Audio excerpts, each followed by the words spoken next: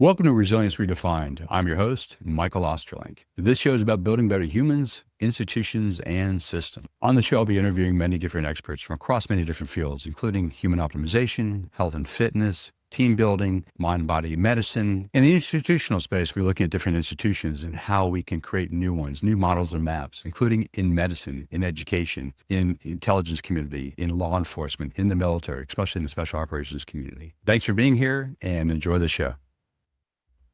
So I had a question from the interwebs about training up for something and some of the lessons I might have learned through that process of training up for an event.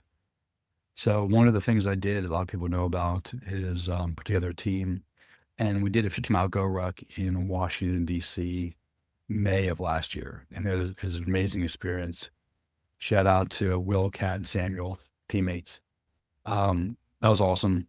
And I trained up for about almost 9 months prior to for it. Thank you, Will. Will's he programmed for me, and that was awesome. So I exactly knew what I needed to do on a daily basis to prep for the 50-mile GORUCK. And one of the experiences I had, which I think was kind of really cool and taught me a lot, was I was in Ecuador and I was training about 4 to 6 hours a day, either rucking on the beach or the mountains. 99, 100 degrees is hot as fuck. Great environment to train in. So I was training, and I remember I was probably 11 miles into, I think it might have been a 17 or 18 mile ruck that day. And I was in the hills, and I remember just bitching in my head. It's hot, I'm sweaty, I'm tired. I don't want to be doing this, just kind of bitching in my own head. I'm like, fuck, like this isn't very much fun. Like I need something to change that mindset. Cause the more I was bitching, the more I started bitching. And like, that's not really helpful. I'm not going to complete my ruck if I keep down this path, or at least I'll have this split in my psyche. Like part of me is like, keep going. Cause I would, part of me like, if I don't want to do that and the fight, I'm like, that's not really helpful. So here's what I decided to do. I created what I call a Jedi mind trick, just to F with myself. So I'm like, okay, this is hard. I'm tired. I'm hot. Cool. I'm going to run the fucking hills. So I started running, and I had my weight vest on. I'm running hills. And it's hard. It's hard. I mean, it's hard enough for running hills, but it's hard enough after like 11 miles of rucking, and I'm also carrying weight running the hills. So I did that for like, I don't know, 10, 15 minutes. And I was exhausted. So I came off all of the hills and I continued my ruck. And I stopped complaining because the ruck was so much easier than the fucking hills. And a lesson for me was like, oh, you think this is hard, make it harder. And then you can reflect back on what you thought was hard is pretty easy. And it just kind of relaxed the whole mindset thing. So as a thought experiment, if you're doing something really hard and like, fuck this, I don't want to be doing this, whatever's going on in your head, make it even harder. And just see how much you much more enjoy what you thought was hard to begin with. If you do decide to do this, let me know. Let me know what you learned about yourself, what kind of techniques and tactics you used. And I look forward to hearing from y'all.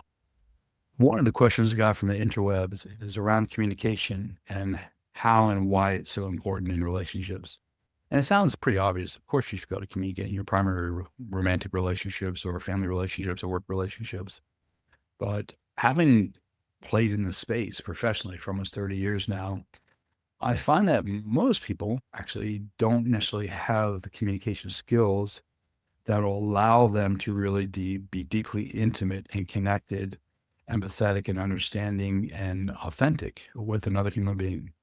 We have a lot of built-in pressures from our culture, our religion, our family of origin, which taught us certain ways of showing up in relationships. It is what it is, but not necessarily the healthiest ways of being aware of what's happening inside oneself, being able to express that in healthy ways, being open to having your partner share with you what's happening with him or her that recesses of their psyche and their heart and their soul, whatever it happens to be. So I would say just a few basic things I think are really basic things that are really important. One is just the active listening skills. I find that most people are thinking about what they want to say in response to what the other person's saying, but actually not listening to the other person. So first thing, learn how to listen to the other person. You listen with your whole body. You listen to the ears, you listen with your eyes. If they're visually in front of you, so you can see them. You can see their body movements. You can see the eye contact. You can see their skin color, whether it's flushing or not. You can see pressure. Perhaps you might see some muscles getting tight. You can see their breathing. I mean, visually, you get a lot of information about what's happening inside of them. Doesn't mean your interpretation is accurate, but it does give you a lot of information on what's going on for them. So you can listen, like I said, with your eyes. You can listen with your intuition, your kind of gut, like, oh, you're saying this, but I'm feeling something else. Okay, that's valuable information. But basic communication, literally, I heard you say X, Y, and Z. Paraphrase. Is that accurate? Is that true? Is that what you said? Yes or no? Cool. If it's yes, then I know that I heard you correctly and we're on the same page. A second part of that might be, okay, so I'm glad I'm glad I heard what you said. Is this what you meant? Blah, blah, blah, blah, blah, blah. And they might say, oh my God, that's not what I meant. I meant this. And you're like, oh, I appreciate you clarifying what you meant because I misinterpreted what you said versus what you meant. And you're on the same page. Now, that seems pretty simple, but it's actually not that simple. And not a lot of people do it. And I've seen a million times a lot of the conflicts that I see with my couples are literally not listening, not hearing what the other person said, like literally what the words they're using, and not so you can't reflect back to them what you heard them say because you're already thinking about what you want to say in response to them. You might be getting defensive, activated, triggered, whatever the word might be. And also because you're not listening to them, not only you miss the words that they're saying and the totality of what they said, but you're also missing the underlying meaning and you're interpreting it through other lenses, not necessarily what they intended. And you're like literally in two different worlds. And that's where a lot of conflict comes in. So basically, actively listen, repeat back and paraphrase form what you heard your partner say to make sure you're hearing them correctly, which requires you to actually listen. And then underneath that, make sure how you interpret what they said is what they meant. Ask them questions. Is this what you meant by what you said? Yes or no? And they might say, oh my God, no, like I just said, like, oh my God, no, that's not exactly what I meant. And you can see how conflict can erupt because I'm interpreting them a certain way, different than they meant. And I'm acting on this and they're feeling this and thinking this. And it's just that mix match. So just basically make sure you hear what they are saying by listening deeply. Make sure you're understanding what they're saying by asking questions.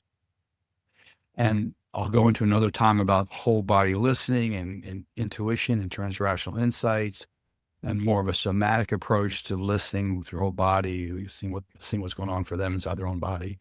But basic skill, ask, share what you think you heard them say, and then ask to make sure how you interpret what they said is accurate. Basic, start there. And that can resolve a lot of the challenges you face inside your relationship. All right. So another question from the interwebs was, what are some of the daily practices that I do personally that I found most helpful for me that might be beneficial for other people?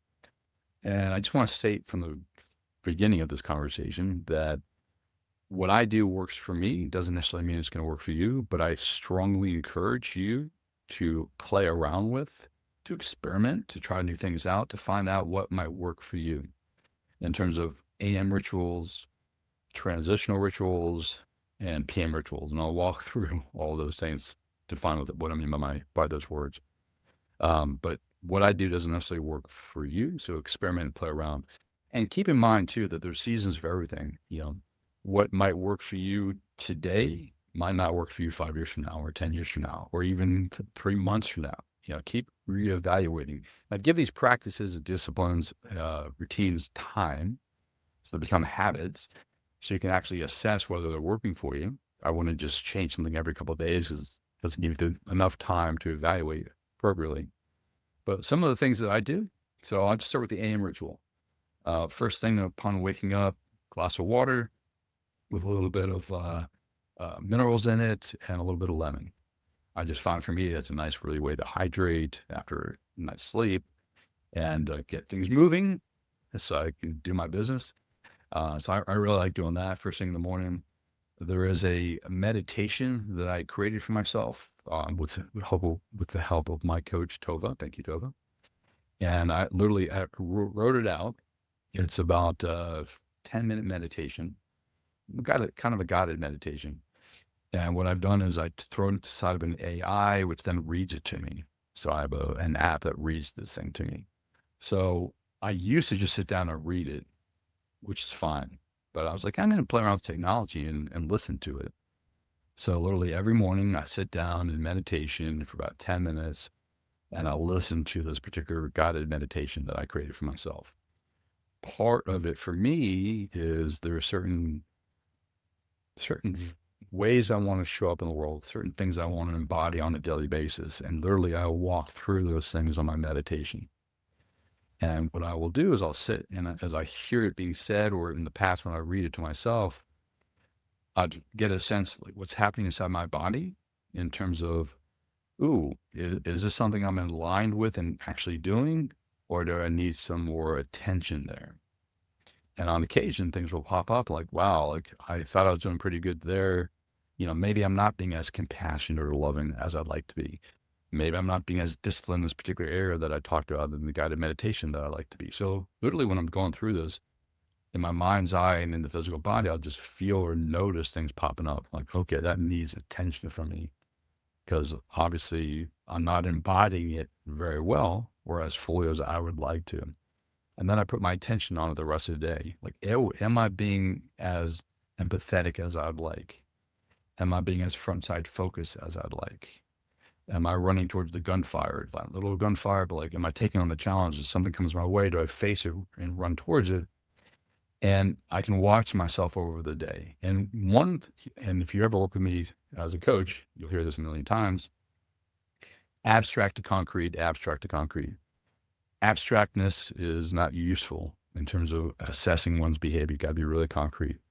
So for instance, if one of my things is to be much more front side focused, let's just say for that day in a particular work project I'm doing, I need to define in my own mind exactly what that means.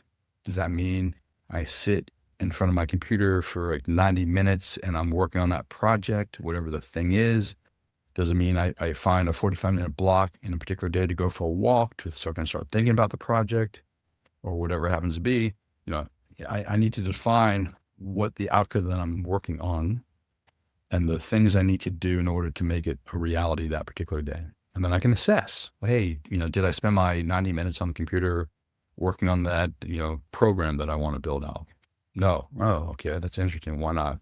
And then I can, kind of evaluate myself, but without being concrete in terms of what I want to accomplish that particular day or think about or understand better is hard to assess. So my only point is like, if you decide to do some kind of guided meditation practice where you walk through certain character traits that you want to have or cultivate more of, you need to be as concrete what those look like, what are the behaviors attached to them. So you can assess yourself through the day, not to beat yourself up. It's just to course correct and improve your capacity to do that thing. So besides the water, and then I do this 10 minute, like I said, guided meditation. And then I do my bulletproof coffee, which is semi-bulletproof. Doesn't have all the stuff that I used to have anymore for various other reasons, but I have my coffee. And then I ruck. And I ruck to the gym or I ruck. Like, so I spend presently only about an hour, maybe an hour and a half every day. Either I go to the gym, I ruck to the gym, or and work out, or I just ruck where I am at presently right now. And that's part of my morning ritual. So I find the rehydration, the meditation. Oh, let me also throw this in there too. This is an important part of my meditation practice, that 10 minutes that I do. It's actually probably about 15, is a gratitude. There's a piece of that, of gratitude, just reminding myself of all the things I'm grateful for. Even if I wake up in a shitty mood or in the wrong side of the bed, like there's always something to be grateful for. And that's a practice I do every day. And I encourage other folks to do it too, because it just opens the heart. And I'd be remiss because I know some people are going to say, what about dancing? So prior to going to work out, prior to put the weight vest on to go for my ruck, to go to the gym or just go ruck, I dance. I love rap. So I put on rap music and I dance around by myself. No one can see. But that's, for me, is like a nice way to kind of get the energy of the body moving, get a little bit of mobility work in there. So I'm less likely, as an older guy especially, to injure myself rucking and or lifting weights. So that's kind of my AM ritual. PM ritual, and I'm going to skip the transition ritual and do a separate video blog on that one. But the PM ritual is like, okay, what do I personally do to kind of reflect back on the day and prepare myself for deep, restful sleep?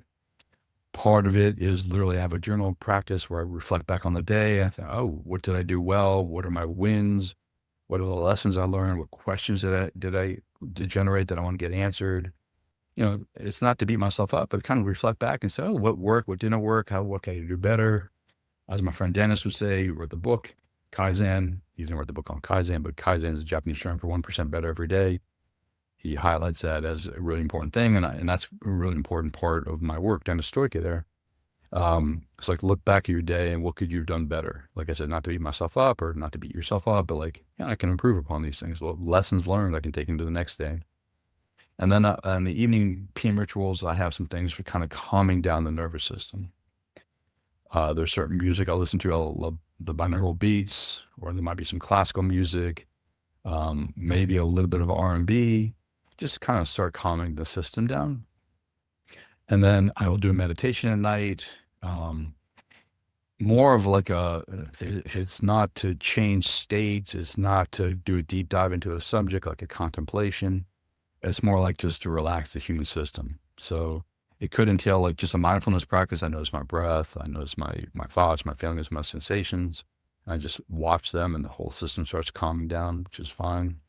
I might do Herbert Benson's progressive muscle relaxation, where you take some nice slow deep breaths and I tighten various muscles that are tight throughout the day, and I gain conscious control of the muscles and they begin to relax, which just relaxes the system and prepares me for bedtime. So I do that as well. I drink magnesium water. I add magnesium to my water. Cyprinate, I believe it is. That helps me with the sleep. And I'll look over there because that's my supplements. And there's some other supplements I take too. I experiment with various supplements to assist with sleep. So that's part of my evening ritual as well. So, evening is reflecting back on the day, lessons learned, wins, things I could have done better, and then literally preparing my nervous system for deep and meaningful sleep. And the last piece is I teach a exercise called 1-2-3 Dream Yoga. I won't get into it now, but it's a great exercise to seed the mind to change personality traits or to get questions answered during dream time. So also, sometimes, I don't do this every night, but sometimes I will prepare my unconscious mind for work during dream time. And that's a particular exercise I do. I probably do that 3 or 4 times a week, but not necessarily every night. So that's my AM ritual. Those are my PM ritual. Let me know what you do. Like, I would love to learn from you guys. Like, hey, what do you do in the morning to kind of get your heart open, your body moving, the energy flowing, your mind right? What do you do in the evening to reflect back on the day and get your body ready, your mind ready for deep and meaningful sleep? And if you have any cool rituals you do in the afternoon, let me know those as well. And I'll do another one on the transitional rituals at a later date. Thanks.